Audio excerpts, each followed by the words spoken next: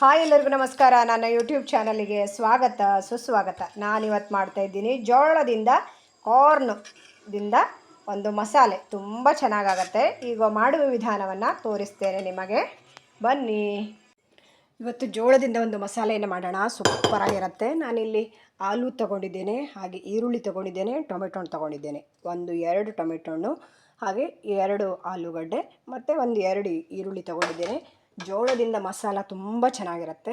ಇಲ್ಲಿ ಜೋಳವನ್ನು ನಾನು ಕುಕ್ಕರಿಗೆ ವಿಸಲ್ ಹಾಕ್ಸ್ಕೊತಾ ಇದ್ದೇನೆ. ಹಾಗೆ 1 ಕಪ್ ತೊಗರಿಬೇಳೆಯನ್ನು ಕೂಡ ಹಾಕೋತೇನೆ. ಹಾಗೆ ಇಲ್ಲಿ ಆಲೂವನ್ನು ಕೂಡ ಹಾಕೋತಾ ಇದ್ದೇನೆ, ಆಲೂಗಡ್ಡೆಯನ್ನು ಕೂಡ ಹಾಕೋತಾ ಇದ್ದೇನೆ. ತುಂಬಾ ಸ್ಪೈಸಿಯಾಗಿರುತ್ತೆ, ಚೆನ್ನಾಗಿರುತ್ತೆ.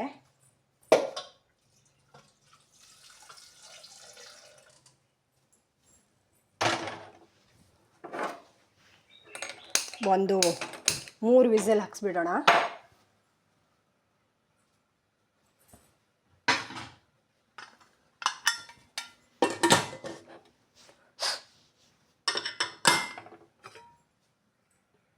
ಈಗ ಇಲ್ಲಿ ಮಸಾಲೆ ಪದಾರ್ಥಗಳನ್ನು ಹುರ್ಕೋಬೇಕು. ಸ್ವಲ್ಪ ಜೀರಿಗೆ ಹಾಕ್ತಾ ಇದ್ದೇನೆ, ಒಂದು ಅರ್ಧ ಟೀ ಸ್ಪೂನ್ ಜೀರಿಗೆ ಹಾಕ್ತಾ ಇದ್ದೇನೆ. ಹಾಗೆ ಸ್ವಲ್ಪ ತೆಂಗಿನ ಎಣ್ಣೆನ ಹಾಕ್ತಾ ಇದ್ದೇನೆ. ಚೂರು ಒಂದು 1/4 ಟೀ ಸ್ಪೂನ್ ಆಗುವಷ್ಟು ಮೆಂತೆ.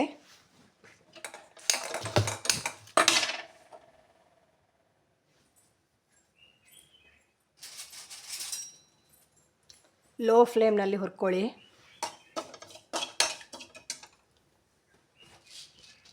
ಹಾಗೆ ಧನಿಯಾ ಒಂದು 2 ಟೀ ಸ್ಪೂನ್ ಬೇಕಾಗತ್ತೆ.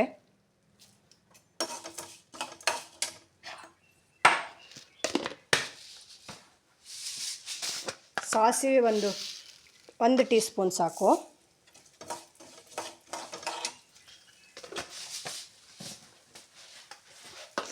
ಉದ್ದಿನಬೇಳೆ ಒಂದು ಅರ್ಧ ಟೀ ಸ್ಪೂನ್ ಹಾಕ್ತಾ ಇದ್ದೇನೆ.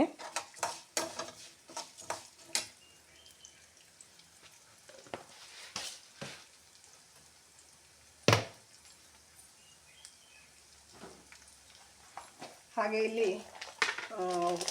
ಹೂವನ್ನು ಹಾಕ್ತಾ ಇದ್ದೇನೆ.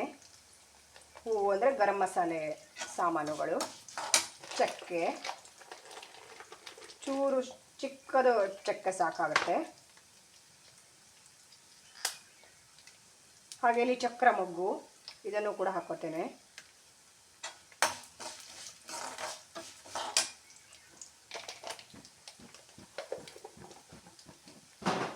ನಾನು ಇಲ್ಲಿ ಈ ಮಸಾಲೆಗೆ ಸ್ವಲ್ಪ ಕಪ್ಪು ಎಳ್ಳನ್ನು ಬಳಸ್ತಾ ಇದ್ದೇನೆ.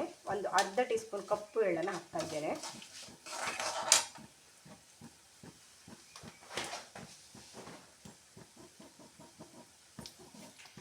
ಸ್ವಲ್ಪ ಕರಿಬೇವನ್ನು ಹಾಕಿ ಫ್ರೈ ಮಾಡ್ಕೊತೇನೆ. ಇಲ್ಲಿ ನಾನು ಈರುಳ್ಳಿನೂ ಸಹ ಇದಕ್ಕೆ ಸ್ವಲ್ಪ ಫ್ರೈ ಮಾಡೋಕ್ಕೆ ಹಾಕ್ತೇನೆ. ಟೊಮೆಟೊನೂ ಚೂರು ಫ್ರೈ ಮಾಡೋಕ್ಕೆ ಹಾಕ್ತೇನೆ. ಹಾಗೆ ಒಣಮೆಣಸು ಖಾರಕ್ಕೆ ನಿಮಗೆ ಎಷ್ಟು ಬೇಕಾಗುತ್ತೋ ಅಷ್ಟು ಹಾಕಿ. ಕಾಯಿ ತುರಿ ಜಾಸ್ತಿ ಬೇಡ, ಸ್ವಲ್ಪ ಕಾಯಿ ತುರಿ ತಗೊಂಡ್ರೆ ಸಾಕು. ಸ್ವಲ್ಪ ಖಾರವಾಗಿದ್ದರೆ ಚೆನ್ನಾಗಿರುತ್ತೆ.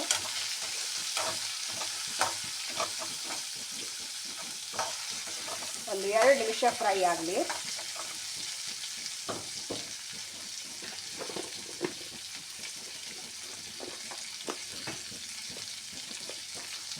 ಒಂದು ಚಿಟಿಕೆಯಷ್ಟು ಅರಿಶಿಣವನ್ನು ಕೂಡ ಲಾಸ್ಟ್ ಫೈನಲಲ್ಲಿ ಹಾಕ್ತಾ ಇದ್ದೇನೆ.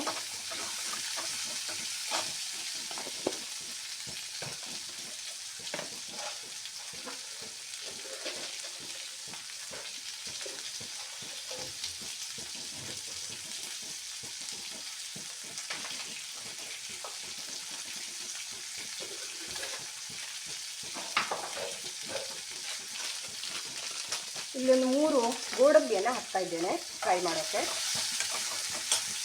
ಈಗ ಗ್ಯಾಸ್ ಆಫ್ ಮಾಡೋಣ.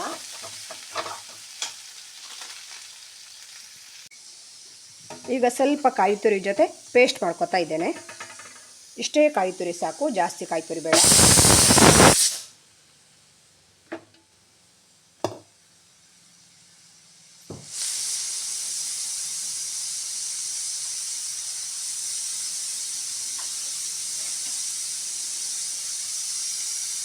ಈಗ ಇದಕ್ಕೆ ಹುಣಸೆ ಹಣ್ಣನ್ನು ಕೂಡ ಹಾಕ್ತಾ ಇದ್ದೇನೆ. ಈಗ ಗ್ರೈಂಡ್ ಮಾಡೋಣ.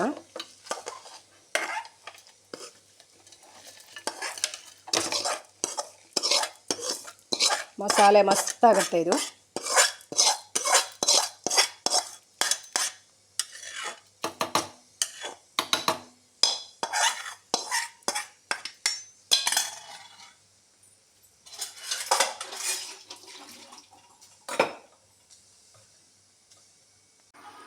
ಮತ್ತೆ ಇಲ್ಲಿ ಸ್ಟವ್ ಆನ್ ಮಾಡಿಕೊಂಡು ಫ್ರೈ ಮಾಡ್ಕೋಬೇಕು ಈರುಳ್ಳಿಯನ್ನು.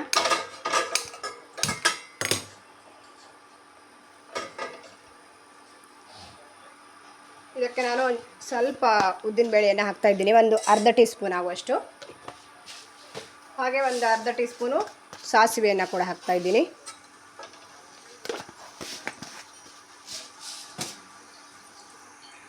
ಈಗ ಈರುಳ್ಳಿ ಎಲ್ಲ ಸರಿಯಾಗಿ ಫ್ರೈ ಆಗ್ತಾ ಇದೆ. ಇಲ್ಲ, ನಾನು ಬೇಯಿಸಿಟ್ಟಿದ್ದನ್ನು ಈಗ ಹಾಕ್ಕೊತೇನೆ. ಸ್ಮೂತಾಗಿ ಬೆಂದಿದೆ.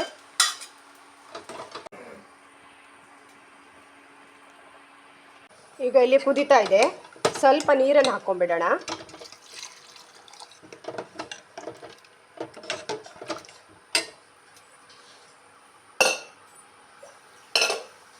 ಹಾಗೆ ಇದಕ್ಕೆ ರುಚಿಗೆ ತಕ್ಕಷ್ಟು ಉಪ್ಪನ್ನು ಹಾಕ್ತಾ ಇದ್ದೇನೆ.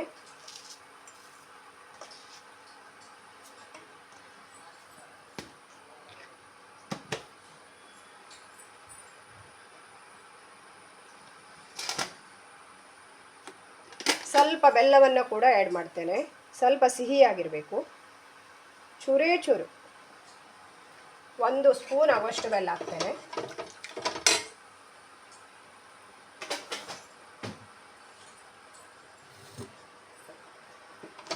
ಫುಲ್ ಕುದಿ ಬರಲಿ. ಈಗ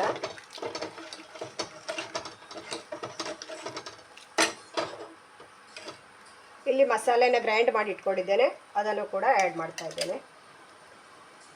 ನೈಸ್ ಪೇಸ್ಟ್ ಆಗಬೇಕು ಇದು ಮಸಾಲೆ, ಇಲ್ಲಾಂದರೆ ಚೆನ್ನಾಗಾಗಲ್ಲ.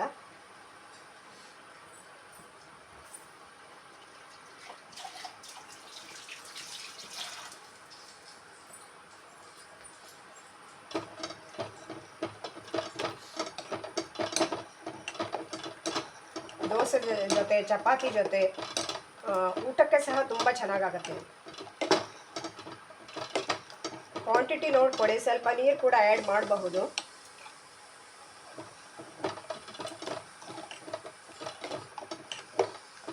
ಫುಲ್ ಕುದಿ ಬರಲಿ ಇದು.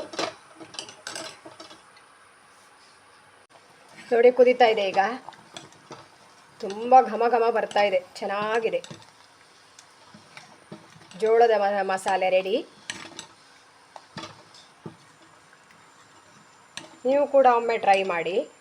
ನನ್ನ ಈ ವಿಡಿಯೋ ಇಷ್ಟ ಆದರೆ ಲೈಕ್ ಮಾಡಿ, ಶೇರ್ ಮಾಡಿ, ಸಬ್ಸ್ಕ್ರೈಬ್ ಮಾಡಿ. Thank you so much friends. Bye bye. ಮತ್ತೆ ಮುಂದಿನ ವಿಡಿಯೋದಲ್ಲಿ ಮತ್ತೆ ಸಿಗ್ತೇನೆ.